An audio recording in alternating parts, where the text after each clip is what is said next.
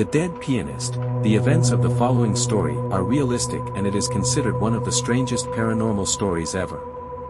The boy in the story is now a famous businessman, so no one dared to publish his surname. Ryan, who was 16 years old and lived in Pennsylvania, was an antisocial person. His friends at school can be counted on the fingers of one hand, but outside of school he only had one friend. His family often urged him to leave the computer and go out into the street to get to know people or play a sport, but Ryan did not care about any of these things. Rather, his greatest interest was by contemplating and reading, especially the books written by Ray Bradbury, the well-known horror writer. There was another interest for Ryan, a girl whose house was in the same neighborhood and close to his house, a tall blonde with brown eyes called Bethany. All the men in the town were in love with her, from the janitor to the doctor. Ray saw the girl almost everywhere, school and neighborhood, but he was unable to talk to her. On Valentine's Day, Ryan decided to take a bold step, which was to send a Valentine's Day card signed with his full name. On the morning of February 14, 1995, while Ryan was walking on his way to the school, heard a voice from behind him saying, "Are you Ryan?" Ryan turned around to find his girlfriend accompanied by a large young man named Todd. He looked at Ryan with contempt. Ryan answered, "Yes." Then Bethany said to him, "Okay, take your card. I have a boyfriend." Ryan felt his heart breaking. Ryan took the card and threw it in a trash can near him in front of the girl. The cruel woman who was standing there was smiling mockingly at him. Ryan said at the time that he felt hatred towards them, but he had no intention of taking revenge and that she was just a girl that he would forget. After a while, Ryan's family moved to another house in the same city, and the house was very old, dating back to the year 1900. From the first moment he was in the house, Ryan felt that there was something supernatural in this house. As the days passed, the family learned from the neighbors that the house was haunted by the ghost of a girl, but no one knew who the girl was.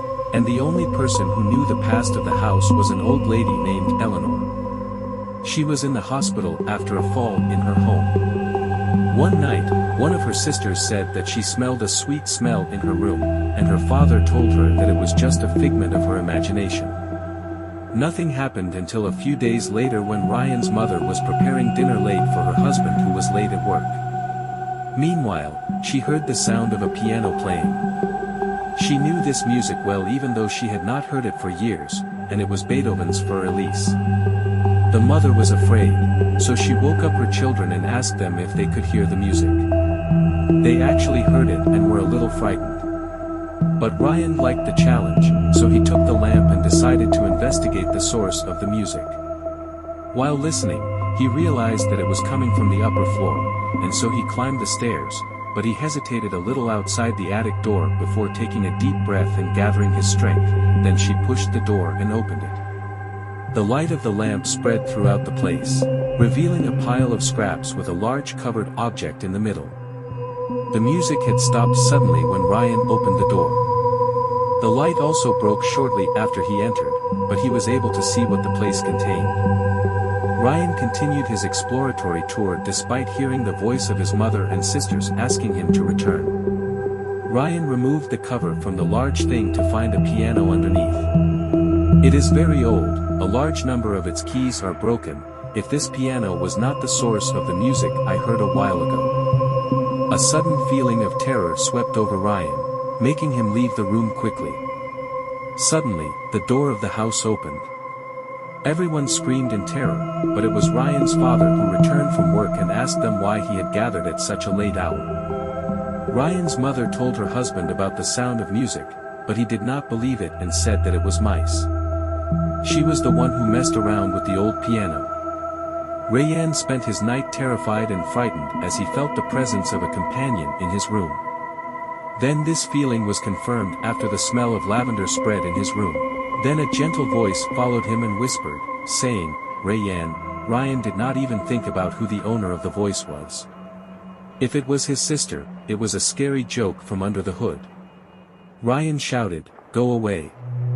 The voice came back and whispered, "Please, Ryan, don't be afraid of me, I'm Alice." "Mom!" Ryan shouted. He closed his eyes tightly and threw himself off the bed, flicking on the lamp switch when the light came on and he found the room empty. But the smell still lingers. Moments later a voice outside shouted, "Ryan." It was his sister. Ryan opened the door and said to her in a strange voice that she called herself Alice, and the smell filled the place. His sister asked him, "Are you okay?" His sister was sympathetic to him. She said that she was sure that there was something supernatural in the house. "Go back to sleep now." Ryan closed the door of his room and slept by the light of the lamps outside. His sister suddenly screamed, but he knew after that she was terrified when she found her older sister standing behind her. She came to ask her about Ryan's screaming. Ryan slept for a few hours before she went to sleep. He woke up for a reason he did not know, and it was around 4 in the morning. He suddenly remembered Alice's whisper before he felt her presence again. This time, Ryan's hair touched him with a gentle hand touching his hand hanging over the bed. He quickly pulled his hand to his chest and said, "From there." He did not receive a response, and in the dim light of the sun at sunrise, Ryan felt reassured, so he fell asleep again. Then he saw the strangest dream, in which he met a beautiful girl named Alice. Her clothes were old-fashioned. She loved him. In the dream, the girl took him to her house, which was standing in the same place where their house is currently located. Ryan also loves her back. They played together and she played the piano for him. She also showed him a picture of her and told him that she is near the piano. "Go up and you will find her there." Ryan said to her, "When I wake up." "But I'm not sleeping." The girl kissed him and said, "You are." After that, Ryan woke up with his heart beating hard and it seemed to him that he was not dreaming. Later that day, near noon, Ryan remembered what the girl said in the dream about the picture. He hurried to the attic, and because of the sunlight there was no light. He felt afraid, like the previous time he was in this room. He searched for the picture inside the piano as it was in the dream, and with difficulty he was able to pull out something he found between the piano wires. This thing was an old picture inside a frame. Ryan's heart jumped when he recognized the girl in the picture.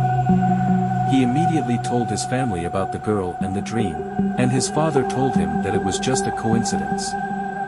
Finally, the old neighbor Eleanor came out of the hospital, so Ryan's mother went to meet her and took with her a bouquet of roses and a box of chocolates, as well as the picture that was found inside the piano. As soon as Eleanor's eyes fell on the picture, she recognized it immediately and said that it was Alice.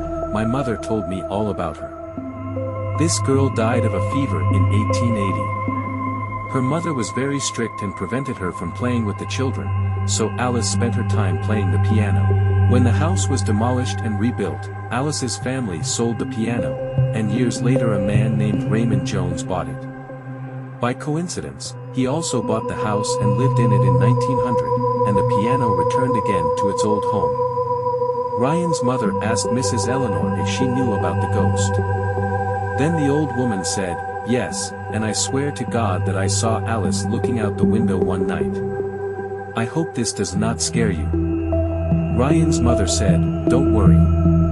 With time, Ryan changed a lot. He spent most of his time in the attic, and his family used to hear the sound of the piano being played while their son was there, and he was not good at playing. Ryan did not talk about anything except Alice. She is beautiful and educated, and one time he said that he wanted to die so that he could join her and marry her. Here the family began to worry about their son, so they asked for help from a priest who decided to cleanse the house to expel ghosts. Ryan was angry when he learned of the matter and said to them, "Take care of yourselves, Alice. She is not an evil ghost. She is my beloved." With Ryan's objection, the priest left, but it didn't end as I thought. One day, Ryan returned home from school to see sad looks on the faces of his sister and his mother. They cleaned the house. Ryan rushed to the attic and came down minutes later, screaming, "She's gone." His mother hugged him, but he pushed her away. "What did you do?" His sister said, "The church sent mediums who exorcised the spirits." Ryan looked at his mother with disgust, tears streaming down his cheeks. "You did this, my mother." His mother shook her head in denial. "No, it was your father's idea." Ryan said while crying, "I loved her, my. I will. I'm killing myself to catch up with her." Ryan ran to the attic, and his sister followed him to protect him from any crazy behavior he might do. After days of grief, Ryan accepted his loss and continued his life. He got married and had children, and one of his daughters he named Alice. The strange thing is that his daughter asked to learn the piano on her own and without knowing the story.